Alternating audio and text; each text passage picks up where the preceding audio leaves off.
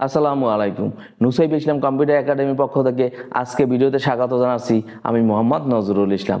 আশা করি আপনারা সবাই ভালো আছেন। আমি আলহামদুলিল্লাহ ভালো আছি।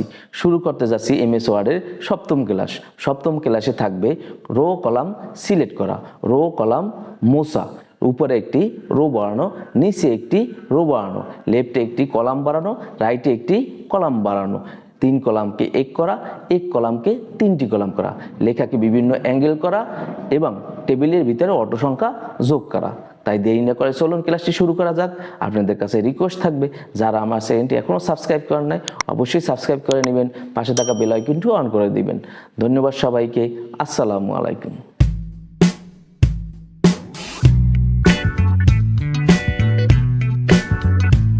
গত ক্লাসে দেখানো হয়েছে ইনসার্ট মেনুর লিসন 1, লিসন 1-এর ডিজাইন মেনু।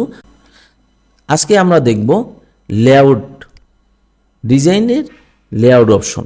তাহলে লেআউটের প্রথমে আছে 1 নাম্বার আছে কলাম বা রো সিলেক্ট করা। ইনসার্টে ক্লিক করতে হবে, লেআউটে ক্লিক করতে হবে, সিলেক্ট আইকনের মাধ্যমে আমরা রো কলাম টেবিল কীভাবে সিলেক্ট করতে পারি সেটা দেখব। প্রথমেই আছে, তো আমরা এখান থেকে ডিজাইন, গত ক্লাসে আমরা ডিজাইন অপশন শিখছি। এবার আমরা শিখব লেআউট অপশন। লেআউট অপশন আমরা যখন আমরা এই কার্সারটা বাইরে থাকবে তখন কিন্তু এই ডিজাইন অপশন আসবে না বা লেআউট অপশনও আসবে না। তাহলে আমরা কি করতে হবে, যে কোনো টেবিলের ভিতরে যে কোনো একটা ঘরে কার্সার রাখলে আপনার ডিজাইন অপশন আসবে, লেআউট অপশন আসবে। তারপর আমার লেআউটে ক্লিক করতে হবে। লেআউটে ক্লিক করলে প্রথম আছে যে সিলেক্ট। সিলেক্ট বলতে কি, প্রথমে আছে সিলেক্ট সেল। সেল কি, এই রো কলামের মাঝখানে যে ঘরগুলো আছে এগুলোকে কি বলা হয়, সেল বলা হয়। যে কোনো একটা সেল যদি সিলেক্ট করতে চাই আমি মাউসের ভেতরেও সিলেক্ট করা যাবে, অথবা সিলেক্ট অপশনের ডোর ডাউনে ক্লিক করতে হবে। তারপর এখান থেকে সিলেক্ট সেলে ক্লিক করলে কি আমার সেল সিলেক্ট হয়ে যাবে। যে ঘরে কার্সরটা ছিল ওই সেলটা কি সিলেক্ট হয়ে গেছে। তারপর আছে কি এখানে কলাম, সিলেক্ট কলাম। কলাম বলতে কি, আমি এই পুরো কলামটা সিলেক্ট করতে চাই। আপনি মাউস টিপেও সিলেক্ট করতে পারেন, অথবা এই কলামের যে কোনো একটা সেলের ভিতরে কার্সরটা রাখতে হবে। তারপরে এই সিলেক্টের ড্রপ ডাউনে ক্লিক করতে হবে। এখান থেকে সিলেক্ট কলামে ক্লিক করলে আমার পুরো কলামটা সিলেক্ট হয়ে যাবে। তারপর আছে রো, সিলেক্ট রো। রো বলতে কি, এই রোটা আপনি সিলেক্ট করতে পারেন, মাউসের ভিতরেও সিলেক্ট করতে পারেন, অথবা যে রোটা সিলেক্ট করতে চাচ্ছেন সেই ঘরে কার্সরটা যে কোনো একটা সেলের ভিতরে কার্সর রেখে সিলেক্টে যেতে হবে। তারপর সিলেক্ট রোতে ক্লিক করলে কি ওই পুরো রোটাই আমার সিলেক্ট হবে। তারপর আছে কি সিলেক্ট টেবিল। টেবিল কি, আমি পুরো টেবিলটাই সিলেক্ট করতে চাচ্ছি। তাহলে আমরা সিলেক্ট কিভাবে করব, তখন আমার এই টেবিলটার ভিতরে যে কোনো সেলের ভিতরে কার্সর রেখে সিলেক্টে যেতে হবে। তারপর টেবিলে ক্লিক করলে পুরো টেবিলটাই আমার সিলেক্ট হবে। এভাবেই আমরা যে কোনো রো এবং কলাম সিলেক্ট করে থাকি। তারপর আছে কলাম রো বা টেবিল মোছা। ইনসার্টে ক্লিক করতে হবে, লেআউটে ক্লিক করতে হবে, ডিলিট অপশন থেকে রো কলাম কিভাবে টেবিল মোছা যায় সেটা আমরা দেখব। যেমন এই সেলটা আমার দরকার নাই, তাহলে আমরা কিভাবে ডিলিট করব। সিলেক্ট করতে হবে যে সেলটা আমি রাখতে চাচ্ছি না, সেই, যেমন আমি এই প্রথম সেলটা রাখবো না, সিলেক্ট করতে হবে যে সেলটা ডিলিট করতে চাচ্ছি সেই সেলের ভিতরে কার্সর রাখতে হবে। তারপর ডিলিটে গিয়ে ডিলিট অপশনে যেতে হবে, এখান থেকে ডিলিট ড্রপ ডাউনে ক্লিক করতে হবে। তারপর ডিলিট সেলে ক্লিক করতে হবে, এখান থেকে কি শিফট সেল লেফট, মানে আমি লেফট সাইডে সেলটা ডিলিট করতে চাচ্ছি। তারপর ওকে ক্লিক করলে কি আমার এই লেফট সাইডের এখান থেকে যে সেলটা ছিল সেই সেলটাকে ডিলিট হয়ে গেছে।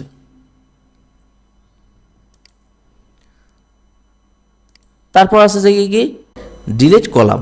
কলাম কি, এই কলামটা আমার দরকার নাই, তাহলে যে কোনো একটা কলামের যে কলামটা মোছার দরকার সেই কলামের যে কোনো একটা সেলের ভিতরে কার্সরটা রাখতে হবে। তারপর ডিলিটে যেতে হবে, তারপর কলাম ডিলিট ক্লিক করলে কি তারপর ওই কলামটা ওখান থেকে আপনার ডিলিট হয়ে যাবে।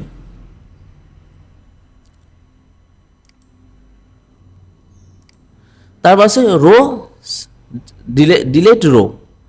ডিলিট রো বলতে কি, আমি এই পুরো রোটাই আমি ডিলিট করতে চাচ্ছি। তাহলে আমি কিভাবে রোটা ডিলিট করব। তাহলে যে রোটা ডিলিট করতে চাচ্ছি সেই ঘরে কার্সরটা রাখতে হবে। রাখার পর ডিলিটে ড্রপ ডাউনে ক্লিক করতে হবে। এখান থেকে ডিলিট রোতে ক্লিক করলে কি ওই পুরো রোটাই আপনার ডিলিট হয়ে যাবে। মানে আমি এই টেবিলটা পুরো ডিলিট করতে চাচ্ছি, এই টেবিলের যে কোনো সেলে কার্সরটা রাখতে হবে, ডিলিটের ড্রপ ডাউনে ক্লিক করতে হবে, তারপর ডিলিট টেবিলে ক্লিক করলে কি আমার টেবিলটা ডিলিট হয়ে যাবে। এভাবেই আমরা একটা রো, কলাম এবং টেবিল ডিলিট করে থাকি। তারপর আছে উপরে একটি রো বাড়ানো, ইনসার্টে ক্লিক, লেআউটে ক্লিক, ইনসার্ট অ্যাবভের মাধ্যমে আমরা কীভাবে একটা রো বাড়াইতে পারি সেটা দেখব। যেমন এখন অনেক সময় দরকার হয় যে আমার উপরে একটি রো বাড়ানো, তাহলে আমরা কিভাবে বাড়াবো? যে রোর উপরে রো বাড়ানোর দরকার সেই যে কোনো একটা সেলের ভিতরে কার্সর রাখতে হবে। রাখার পরে ইনসার্ট অ্যাবভে দিলে কি আমার উপরে একটা রো বাড়বে।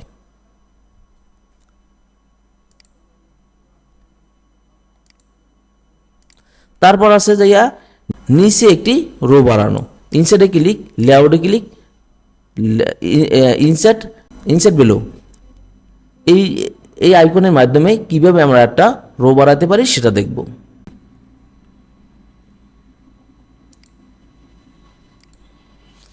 যেমন এই রোর নিচে আমার একটা রো দরকার, তাহলে আমরা কিভাবে বাড়াবো?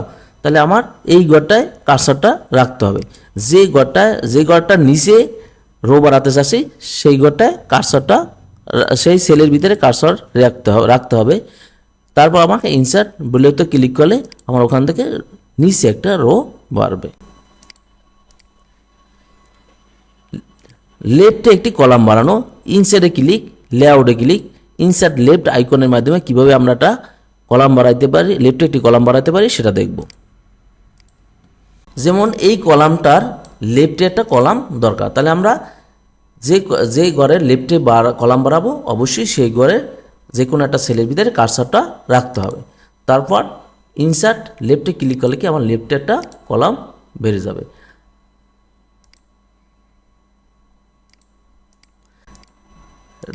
রাইটে একটি কলাম বাড়ানো, ইনসার্টে ক্লিক, লেআউটে ক্লিক, ইনসার্ট রাইট আইকনের মাধ্যমে কিভাবে আমরা একটা কলাম বাড়াতে পারি সেটা দেখব।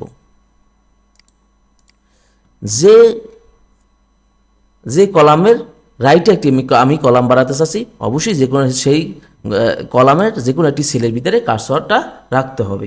রাখার পরে ইনসার্ট রাইটে ক্লিক করলে কি আমার রাইটে একটি কলাম বেড়ে যাবে। তো এভাবেই আমরা একটা রো এবং কলাম বাড়াইতে পারি।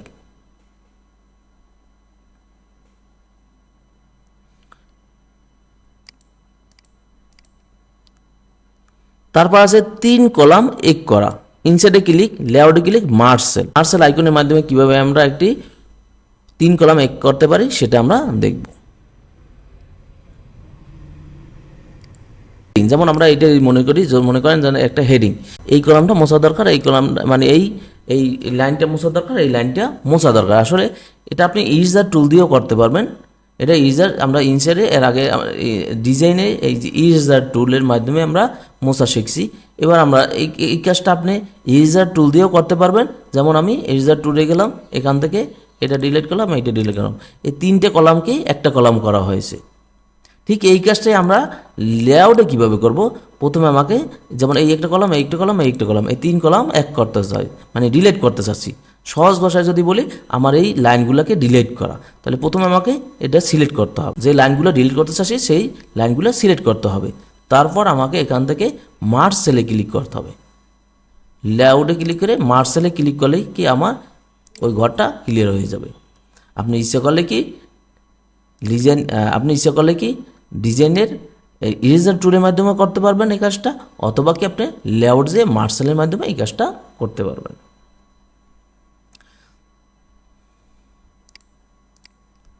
তারপর আছে যে একটি কলামকে 3টি কলাম করা, ইনসার্টে ক্লিক, লেআউটে ক্লিক, তারপর স্প্লিট সেলের মাধ্যমে কিভাবে আমরা একটি কলামকে 3টি কলাম করতে পারি সেটা শিখব। যেমন কি এইটা আমার মানে এটা ছিল 3টে কলাম, একটা কলাম করা হয়েছে। এখন এই কলামটাকে আমার 5টা কলাম মানে 5টা ভাগ করা দরকার। সহজ ভাষায় যদি বলি 5টা ভাগ করা দরকার। তাহলে আমরা কিভাবে 5টা ভাগ করব? এটা আপনি ডিজাইন থেকে ড্র টেবিলের মাধ্যমে আপনি ইচ্ছে করলে এখান থেকে 5টা কলাম দিতে পারবেন।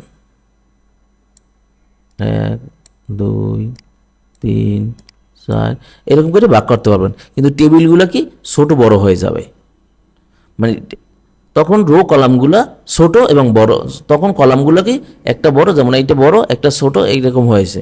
তারপরে এখান থেকে আমরা করব না, তাহলে কোথা থেকে করব? এই কাজটাই আমরা লেআউটের স্পিড সেলের মাধ্যমে করব। যেমন এই ঘরটাকে আমার 10টা করা দরকার মনে করেন, তাহলে আমরা কিভাবে করব? আমাকে যেতে হবে লেআউটের স্পিড সেলে গিয়ে নাম্বার অফ কলামে গিয়ে আপনি এখানে কয়টা কলাম দিতে চান? 10টা। তাহলে আপনি এখানে উপরে ক্লিক করলে বাড়বে, নিচে ক্লিক করলে কি কমবে, অথবা কিবোর্ড থেকে লিখে দিতে পারবেন 10। ওকে ক্লিক করলে কি আমার এই ঘরটা 10টা ভাগ হয়ে গেছে। এটা কি বলা হয় যে এক কলামকে 3 কি কলাম করা। আপনি তিনটে যদি কলাম নিতেন তাহলে 3টে কলাম হইতে, আমি যেহেতু 10টা নিয়েছি এখানে, তাহলে হবে কি একটি কলাম কি 10টি কলাম করা। তাহলে এইরকম যে কোনো ঘরকে আমরা এরকমই ভাগ করতে পারি। আমি যদি চাই এই ঘরটার ভিতরে শুধু 2টা রো নেওয়ার, তাহলে আমরা কীভাবে নেব? স্পিড সেলে যাব, তারপর কি কলাম আমার একটাই থাকবে, নাম্বার অফ রোতে গিয়ে এখানে একটা বাড়াই দিয়ে 2 উপরে ক্লিক করলে 2 হয়ে যাবে, ওকে ক্লিক করলে কি আমার 2টা রো হয়ে যাবে। এভাবেই আমরা রো এবং কলামকে বিভিন্ন সময় ভাগ করার প্রয়োজন হয়। আমরা ইচ্ছে করলে কলামও ভাগ করতে পারি এবং রোকেও ভাগ করতে পারি।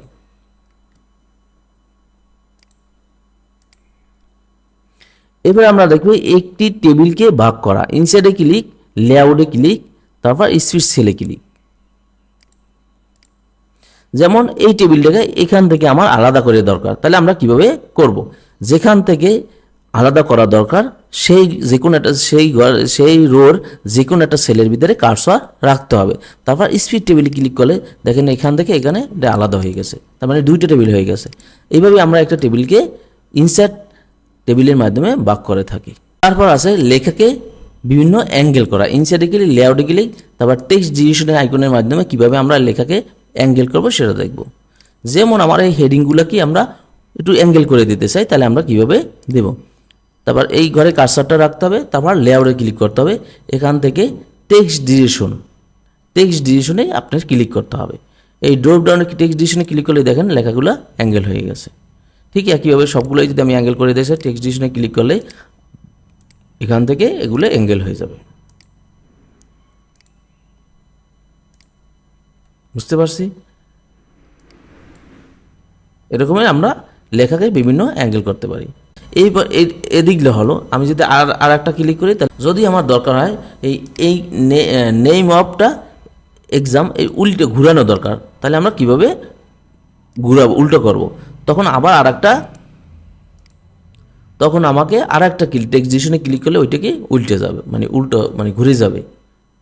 যেমন এইটা আমার দরকার, আবার টেক্সট ডিরেকশনে ক্লিক করলাম, ওখানে ঘুরে গেলাম। আবার এটা দরকার, আমি আর একটা ক্লিক করলাম, ঘুরে গেলাম। এখানে আর একটা ক্লিক করলে, এটা সিলেক্ট করলাম, টেক্সট ডিরেকশনে ক্লিক করলাম, ওটা ঘুরে গেল। পাসিং ইয়ারটা ঠিক একইভাবে এখানে ঘুরে গেল। এভাবেই আমরা একটা লেখাকে বিভিন্ন অ্যাঙ্গেল করে থাকি। এখন আমি আবার নর্মালভাবে নিয়ে আসবো কীভাবে? তাহলে কী করতে হবে? এখানে প্রথম ক্লিকে এদিকলে হবে, দ্বিতীয় ক্লিকে উল্টে যাবে, তৃতীয় ক্লিকে কি আবার স্বাভাবিকভাবে চলে আসবে।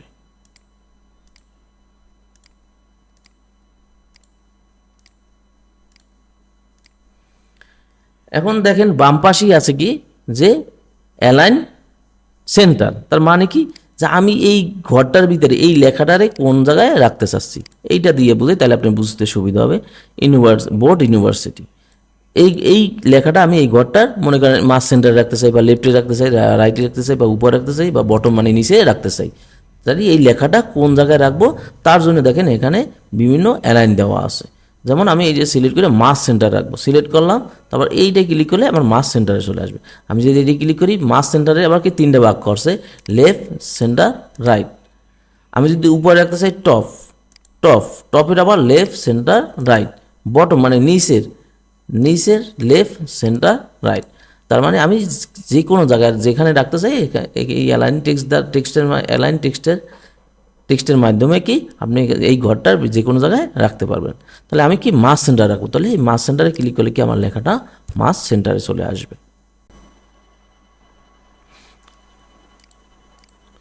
এবার আমরা দেখব টেবিলের ভিতরে অটো সংখ্যা যোগ করা। ইনসার্টে ক্লিক, লেআউটে ক্লিক, ফর্মুলা বারের মাধ্যমে কিভাবে আমরা লেখাকে অটো যোগ করতে পারি সেটা দেখব। যেমন আমি মনে করেন যে আমি নিচে একটা রো বাড়াই নি, এখানে ইনসার্ট বুলো, তাহলে মানে কি আমার নিচে বাড়বে। যেমন এইখান থেকে শাল কটারে আমার যোগ করে এখানে যেখানে আমার রেজাল্ট দরকার সেখানে কার্সরটা রাখতে হবে। তারপর লেআউটে ক্লিক করতে হবে। ডান পাশেই আছে ফর্মুলা বার, এই ফর্মুলায় ক্লিক করলে কি তারপর এখানে আপনার কিছু করার দরকার নাই, ওকে ক্লিক করলে কি এই সংখ্যাগুলো যোগ হয়ে আপনি এখানে চলে আসছে।